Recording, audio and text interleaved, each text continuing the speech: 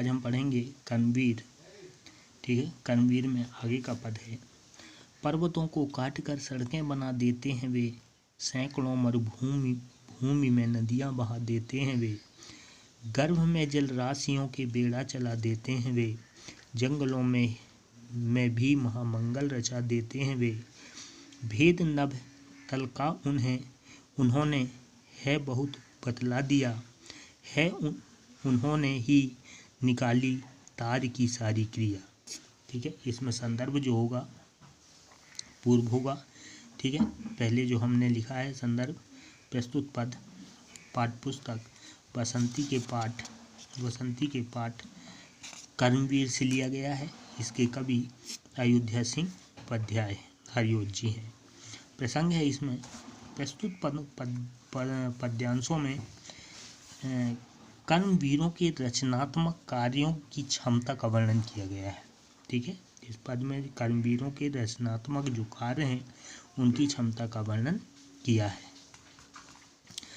पर्वतों को काटकर सड़कें बना देते हैं वे, सैकड़ों मरुभूमि में नदियां बहा देते हैं वे। आगे कवि लिखते हैं कि कर्म में विश्वास रखने वाले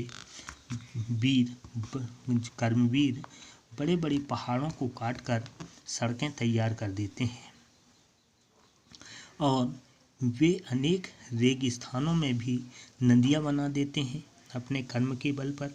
ठीक है, नदियों का प्रवाह शुरू कर बहा देते हैं वहाँ पर।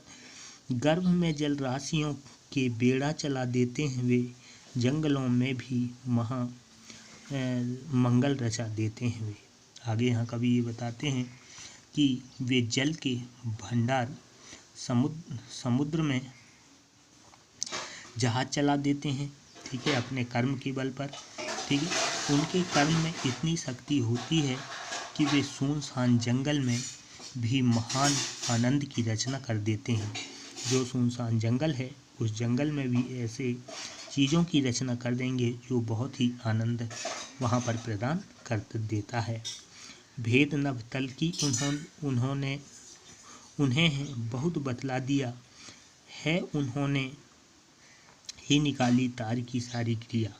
आगे कवि लिखते हैं कि जो कर्मवीर हैं विशाल आकाश में मौजूद बहुत सारे रहस्यों की जानकारी उन्होंने कर ली है। ठीक है, लोगों को बताया है कि विशाल आकाश में क्या क्या रहस्य छुपी हुई हैं और तार की समस्त क्रियाओं की खोज भी उन्होंने ही किया है।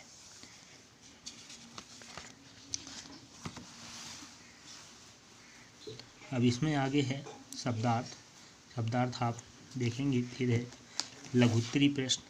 ठीक है, लघुत्तरी प्रश्न में है, पहला है कवि ने कर्मवीर किसे माना है। ठीक है, तो इसका आंसर आप लिखोगे, कवि ने सच्चे कर्मवीर उन्हें माना है जो विभिन्न प्रकार के रुकावटों या संकटों से डरते नहीं। ठीक है, वे काम में दुख आने पर पछताते नहीं, वे कठिन से कठिन कार्य भी करके ऊबते नहीं। ठीक है, उनका मन अस्थिर नहीं होता है, वे अपने निश्चय पर अटल रहकर बुरे समय को भी अच्छे में बदल देते हैं। ठीक है, उन्होंने हर स्थान और हर काल में सफलता मिलती है, उन्हें कवि ने सच्चे कर्मवीर माना है। भाग्य के भरोसे कौन नहीं रहता। ठीक है, तो कर्म से डरने वाले व्यक्ति भाग्य के भरोसे रहते हैं। जो व्यक्ति कर्म से डरता है वो भाग्य के भरोसे रहते हैं, और ऐसे व्यक्ति जो भाग्य से डरेंगे, ऐसे व्यक्ति कोई भी कार्य प्रारंभ नहीं कर सकते, दुखों को नहीं झेल सकते। और जो सच्चे काम के पक्के काम में विश्वास रखते हैं, वे काम आने पर दुखों से नहीं डरते। जिन्हें अपने कर्म पर विश्वास होता है वे भाग्य के भरोसे नहीं रहते।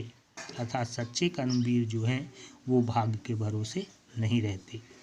बुरे दिन भी भले कब हो सकते हैं। तो जो व्यक्ति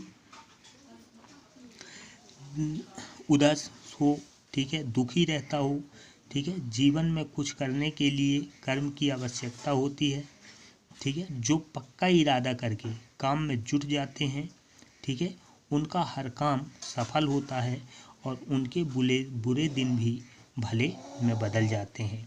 कि जो व्यक्ति काम के पक्के इरादा से कर्म पर विश्वास करके काम करता है, ऐसे लोगों के बुरे दिन भी भले हो जाते हैं।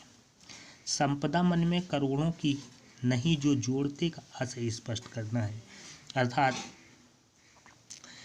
जिनका कर्म में विश्वास होता है, जो कर्मवीर होते हैं, ठीक है, जो कर्म में विश्वास करते हैं, लोभी नहीं, लालची नहीं होते, वे अपने कर्म से जीवन को सुखी बनाते हैं।